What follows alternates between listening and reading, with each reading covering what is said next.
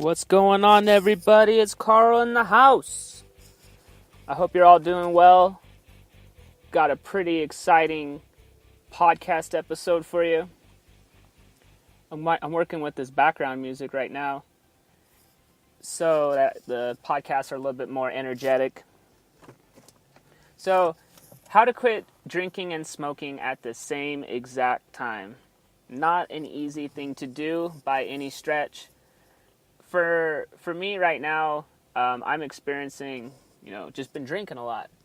And some of the things that I'm working on is getting a better healthy life, a better head on my shoulders, more of a physical body. And that requires getting rid of alcohol. I don't know about completely, but for me, I definitely want to try to get all of that out of my system. And hopefully attract a lot better people than I have been. And I feel like smoking has kind of put me in a different bracket of friends as well. I don't think necessarily people who smoke are bad people. It's just we all have different kinds of folks that we want to hang around.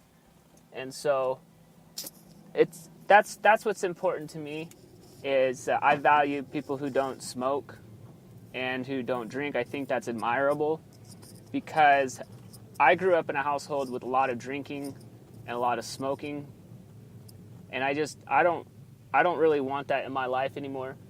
And so did you know that you can actually quit cold turkey? It's true.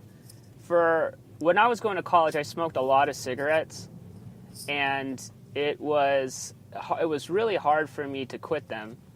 I tried everything. Even in the military, I was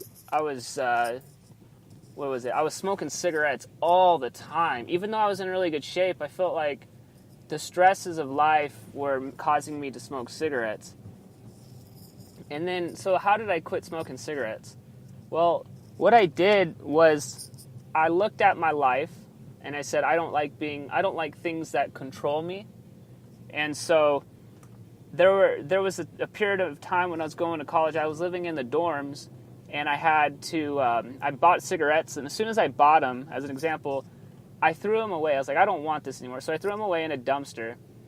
And later that night, in the middle of the night, I was craving a cigarette so badly that I woke up in the middle of the night just to go to the dumpster that I threw the new pack of cigarettes in. And then I finally, so I dumpster dive, I got my cigarettes back, and I started smoking them. And I was mad at myself. I was like, why did you do that, Carl? You're trying to quit. So I would crave cigarettes. I'd go buy a pack of them. I'd smoke one of them. And then I would go right back into habitually smoking cigarettes.